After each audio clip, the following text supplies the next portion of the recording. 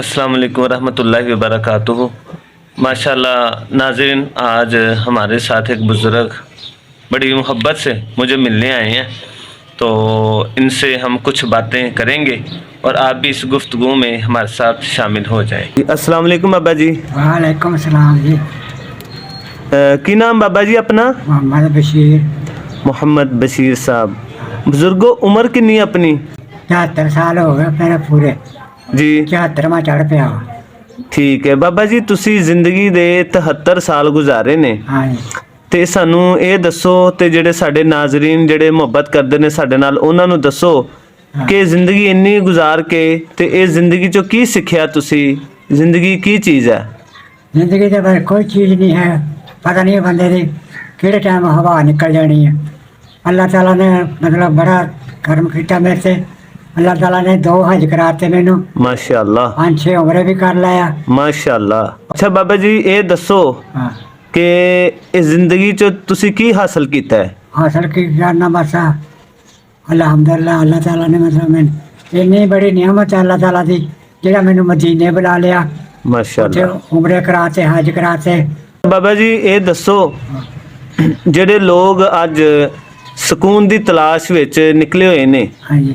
ਤੇ ਸਕੂਨ ਚਾਹੁੰਦੇ ਨੇ, हाँ ਤੇ ਤੁਸੀਂ ਉਹਨਾਂ ਵਾਸਤੇ ਦੱਸੋ ਕਿ ਸਕੂਨ ਕਿਸ ਤਰ੍ਹਾਂ ਇਨਸਾਨ ਨੂੰ ਹਾਸਲ ਹੋ ਸਕਦਾ ਹੈ? स्कूल बस अल्लाह ताला नमाज पढ़ो, रोज़े रखो, अल्लाह ताला का मतलब दुआ करो अल्लाह ताला अगे भी सानू इज्जत देवे। ते दौलत तो जी आती जाती रही है, ये कोई चीज़ नहीं हैगी, सिर्फ भैन भरावां नाल मुहब्बत चाहिए है ਮਾਸ਼ਾਅੱਲਾ। बस। ਤੁਸੀਂ ਜ਼ਿੰਦਗੀ ਦੇ 73 ਸਾਲ ਗੁਜ਼ਾਰੇ ਨੇ हाँ ਤੇ ਇਹਨਾਂ 73 ਸਾਲਾਂ ਦੇ ਅੰਦਰ हाँ।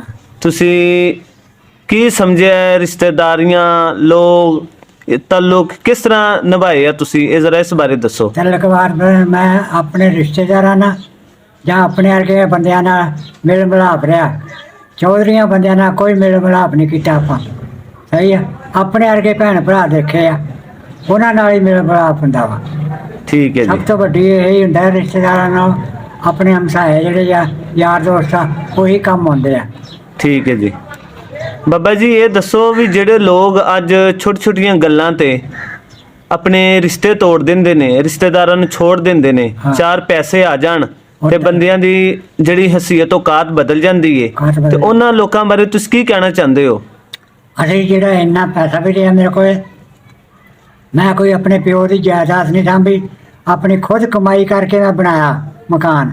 ਠੀਕ ਹੈ ਜੀ। ਮਕਾਨ ਬਣਾਇਆ, ਕੋਈ ਨਹੀਂ ਮਤਲਬ ਆਪਾਂ ਕਿਸੇ ਨੂੰ ਕਹਿਆ ਨਹੀਂ, ਬਾਪ ਨਾਲ ਸੁਲ੍ਹਾ ਸਫਾਈ ਨਾਲ ਬਾਹਰ ਆ ਗਿਆ, ਠੀਕ ਹੈ ਜੀ। ਇੱਥੇ ਫੈਸਲਾਬਾਦ ਆ ਗਿਆ, ਇੱਥੇ ਜਾ ਕੇ ਜਗ੍ਹਾ ਬਣਾਤੀ, ਅੱਲਾਹ ਤਾਲਾ ਨੇ ਉਹ ਵੀ ਮਨਜ਼ੂਰੀ ਕਰ ਲਈ ਮੇਰੀ। ਹਰ ਠੀਕ ਹੈ ਇੱਕ ਜੀ। ਜ਼ਿੰਦਗੀ ਦੇ ਵਿੱਚ ਤੁਸੀਂ ਜੋ ਜੋ ਰੱਬ ਕੋਲੋਂ ਮੰਗਿਆ, ਦਿੱਤਾ ਰੱਬ ਨੇ। ਤਾਂ ਕਿਆ ਰੱਬ ਨੇ ਤੁਹਾਨੂੰ ਕੋਈ ਕਮੀ ਤੇ ਨਹੀਂ ਦਿੱਤੀ? नहीं नहीं कोई कमी नहीं थी, ਠੀਕ ਹੈ ਜੀ। कोई कमी नहीं थी। अल्लाह ताला ਮਾਸ਼ਾਅੱਲਾ। और शुक्रगुजार आ गए अल्लाह ताला के। ਤੁਸੀਂ ਕੀ ਰੱਬ ਕੋਲੋਂ ਮੰਗਣਾ ਚਾਹੁੰਦੇ ਹੋ? और चाहत तो यही है साड़ी भी अल्लाह ताला थोड़े फिरदे लै जाए, बहुत ही अच्छी गल है कि भैन भरावां की इज्जत करिए, इज्जत कराइए, ਇਹੋ ਕੁਝ ਹੋਆ ਦੁਨੀਆ 'ਚ। ਠੀਕ ਹੈ।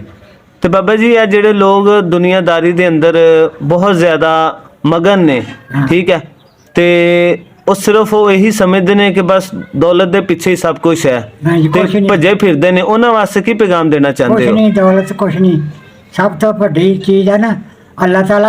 अल्लाह ताला तो बाद अपने भैन भरा, उस तो बाद रिश्तेदार ਜਿਹੜੇ ਆ ਉਹ ਆ ਗਏ ਆਪਣੇ ਠੀਕ ਆਪਣੇ ਹੈ। ਖਾਨਦਾਨ ਹੋ ਗਿਆ। ਚਲੋ ਇਹਦੇ ਵਿੱਚ ਨਾ ਆਪਣੀ ਮਾਂ ਪਿਓ ਦੀ ਖਿਦਮਤ ਕਰੋ, ਬਸ ਇਸ ਤੋਂ ਵੱਡੀ ਕੋਈ ਗੱਲ ਨਹੀਂ।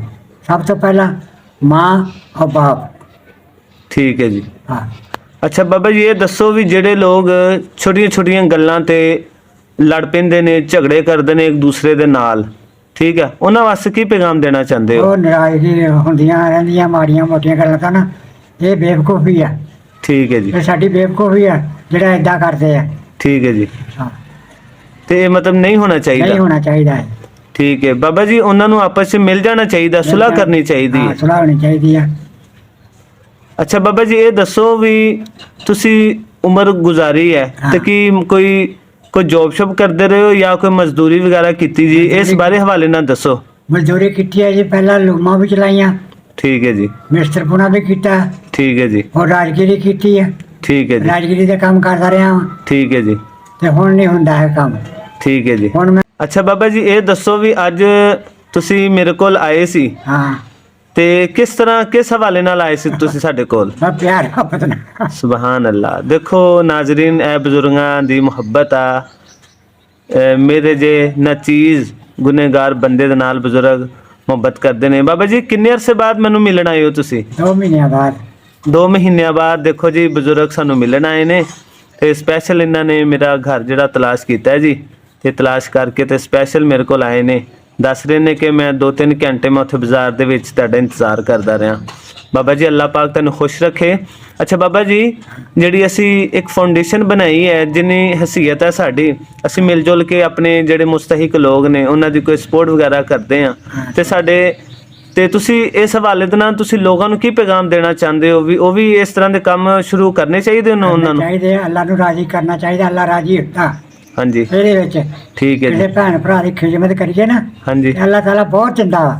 ਠੀਕ ਹੈ ਜੀ, ਠੀਕ ਹੋ ਗਿਆ ਜੀ। ਹਾਂ ਬਾਬਾ ਜੀ, ਤੇ ਜਿਹੜੇ ਸਾਡੇ ਭੈਣ ਭਰਾ ਸਾਡੇ ਨਾਲ ਖੜੇ ਨੇ ਹਾਂ, ਤੇ ਤੁਸੀਂ ਉਹਨਾਂ ਵਾਸਤੇ ਦੁਆ ਕਰਦੇ ਹੁੰਦੇ ਹੋ? ਦੁਆ ਕਰਦੇ ਆ, ਸਾਰਿਆਂ ਵਾਸਤੇ ਕਰਦੇ ਆ। ਠੀਕ ਹੈ ਪੂਰੇ ਜੀ, ਪਾਕਿਸਤਾਨ ਦੇ ਖਾਤਰ ਕਰਦੇ ਆ। ਠੀਕ ਹੈ ਜੀ। ਹਾਂ। ਤੇ ਬਾਬਾ ਜੀ, ਤੁਸੀਂ ਨਾ ਹੁਣ ਸਾਰੇ ਭੈਣ ਭਰਾਵਾਂ ਵਾਸਤੇ, ਜਿਹੜੇ ਲੋਕ ਬਿਮਾਰ ਨੇ ਉਹਨਾਂ ਵਾਸਤੇ ਦੁਆ ਕਰਨੀ ਹੈ। ਕਾਰੋਬਾਰ ਜਿਨ੍ਹਾਂ ਦੇ ਹੈ ਨੇ ਪਰੇਸ਼ਾਨ ਨੇ ਲੋਕ, ਉਹਨਾਂ ਦੇ ਵਾਸਤੇ ਦੁਆ ਕਰਨੀ ਹੈ। ਸਾਰਿਆਂ ਵਾਸਤੇ ਦੁਆ ਕਰਨੀ ਸਾਰਿਆਂ ਹੈ। ਵਾਸਤੇ ਜੀ, ਔਰ ਪਾਕਿਸਤਾਨ ਪੂਰੇ ਦੀ ਅਸੀਂ ਦੁਆ ਕਰ ਰਹੇ ਹਾਂ। ਜਿੰਨੇ ਵੀ ਮਰੀਜ਼ ਆ, ਜਾਂ ਅੱਲਾ ਮਿਆਂ ਤੰਦਰੁਸਤੀ ਦੇਵੇ ਉਹਨਾਂ ਨੂੰ। ਜੀ ਜੀ, ਜਿਹੜਾ ਕੋਈ ਬਿਮਾਰ ਆ ਉਹ ਵੀ ਅੱਲਾ ਮਿਆਂ ਸ਼ਿਫਾ ਦੇਵੇ। ਹਾਂਜੀ। ਬਸ ਇਹੋ ਦੁਆ ਹੁੰਦੀ ਸਾਡੀ। ਨਾਜ਼ਰੀਨ ਦੇਖੋ, ਤੁਸੀਂ ਸਾਡੇ ਬਜ਼ੁਰਗ ਕਹਿ ਰਹੇ ਨੇ ਕਿ ਅਸੀਂ ਤੁਹਾਡੀ ਮੁਹੱਬਤ ਵਾਸਤੇ ਆਏ ਹਾਂ। ਮਾਸ਼ਾਅੱਲਾ, ਇਹਨਾਂ ਦਾ ਪਿਆਰ ਹੈ ਜੀ। ਬਜ਼ੁਰਗੋ, ਸਾਨੂੰ ਵੀ ਬਹੁਤ ਖੁਸ਼ੀ ਹੋਈ ਹੈ ਜੀ। ਮੈਂ ਦਿਲੋਂ ਦੁਆ ਕਰਦਾ ਤੁਹਾਡੇ ਵਾਸਤੇ, ਅੱਲਾਹ ਪਾਕ ਤੁਹਾਨੂੰ ਹਮੇਸ਼ਾ ਖੁਸ਼ ਰੱਖੇ। ਤੇ ਇੱਕ ਮੈਂ ਛੋਟਾ ਜਿਹਾ ਤੋਹਫਾ ਆਪਣੇ ਵੱਲੋਂ ਤੁਹਾਨੂੰ ਦੇ ਰਿਹਾ ਵਾਂ ਤੇ ਮੇਰੇ ਇਸ ਤੋਹਫੇ ਨੂੰ ਤੁਸੀਂ ਕਬੂਲ ਕਰਨਾ ਜੀ। ਠੀਕ ਹੈ ਜੀ, ਅੱਲਾਹ ਤਾਲਾ ਬਿਸਮਿਲ੍ਲਾ ਜੀ। ਤੋਹਫਾ ਵਾ ਜੀ, ਤੇ ਦੁਆ ਕਰਨੀ ਹੈ ਜੀ। ਅੱਗੇ ਵੀ ਅੱਲਾਹ ਤਾਲਾ ਇਹੋ ਤੁਹਾਡਾ ਹੀ ਦਿੱਤਾ, ਪਹਿਨ ਕੇ ਆਇਆ ਵਾ। ਅੱਲਾਹ ਨੇ ਦਿੱਤਾ ਜੀ, ਅੱਲਾਹ ਨੇ ਦਿੱਤਾ, ਮੇਰੇ ਅੱਲਾਹ ਨੇ। ਹਾਂ ਠੀਕ ਹੈ ਜੀ, ਬਸ ਦੁਆ ਕਰਿਆ ਕਰੋ ਤੁਸੀਂ ਹੈਂ। ਤੇ ਜਿਹੜੀ ਅਸੀਂ ਫਾਊਂਡੇਸ਼ਨ ਬਣਾਈ ਹੈ ਉਹਦੇ ਵਾਸਤੇ ਦੁਆ ਕਰਨੀ ਹੈ ਬਾਬਾ। ਠੀਕ ਹੈ ਜੀ। ਬਹੁਤ ਤਰੱਕੀ ਕਰ। ਬਾਬਾ ਜੀ ਅੱਲਾਹ ਪਾਕ ਖੁਸ਼ ਰੱਖੇ। ਓਕੇ, ਅੱਲਾਹ ਹਾਫਿਜ਼।